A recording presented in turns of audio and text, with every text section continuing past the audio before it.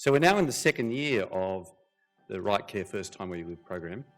And I think it just reflects this reality that around the world there's an intense interest now in sort of regionality. How do you get things right? How do you bring all these different service partners that we tend to have, not as just running health separately, to running education separately, to running employment separately? How do you bring them together in regions to work effectively? How do you put rigour in that process? How do you involve those who are most infected? What is the contribution of the community and a lived experience to that? So I think it's a really important time, and the opportunity that BHP Foundation has provided us to actually do this in Australia and to develop that template is a fabulous opportunity. I'm very enthusiastic, or at least optimistic, that our own national governments and state governments have changed their particular attitudes to recognise a need to get it together at the regional level. This project is so much about relationships at the local level, in community, but then also relationships among all of the sites that are implementing in this project, the relationship between the Brain and Mind Centre and the sites. And so there's almost a web and a network of relationships that's creating a system around this project that will transcend the time of the investment and of the project, and hopefully last really long into the future, to make sure that this work, early work now, and the development of the models is just the beginning of what is a transformation for mental health and young people in Australia.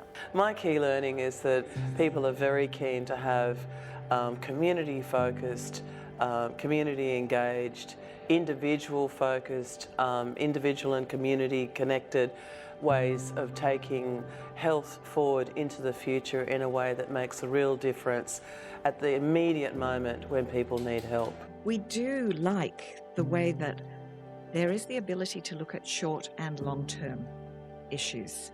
And so the beauty of this model is actually looking at some of those long-term issues over the 10, 15 years, as well as looking what we need to do now. This has been such an amazing opportunity for me and so many other young people, and I have never felt so listened to, supported, respected and valued in a project like this. Even just the model itself and how it looked, and how the original prototype looked versus how it looks now, and the amount of Sam, we had like 4 or 5 meetings, me, you and Nick, just constantly tweaking, how does this look, how can we make this more accessible for young people, so that when they go to use this and when they try to learn how to use it for the first time, that it's intuitive and that they can actually use it in a way that's meaningful for them. There's been a really great demonstration about how we can build on what we have been investing in for a really long time now, and how the partners that also invest in those same relationships and collaborative processes will see benefit of that. Lived experience is key to engagement straight away. We absolutely need to be doing that as soon as we get back to Brisbane South, because without that involvement, I think it's not going to have the impact or be as well informed as it needs to be. I feel a real responsibility to leverage this opportunity as best we can to really make a difference in our region, to really demonstrate that we have something here so that it can be used more universally, so that it actually can be applied. If we can get it right for children and young people, that is the future. That is the future. Everything else falls into place. Yeah, I thought it was wonderful how genuinely and comprehensively youth with lived experience were involved.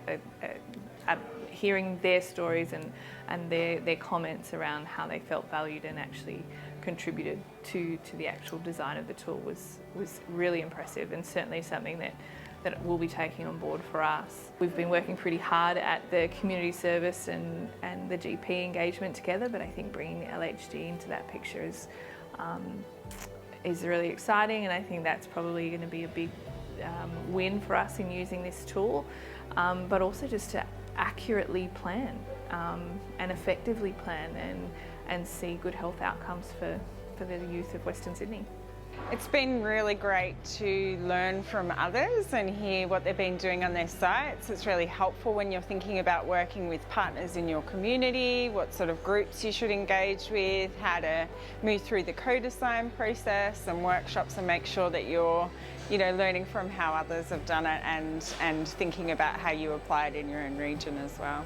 that it actually is bespoke, and there are differences in the decision support tool from the North Coast one to the Canberra, the ACT one. So I think it's really helpful to see how they are different and what that local knowledge and local co-design does to the end product.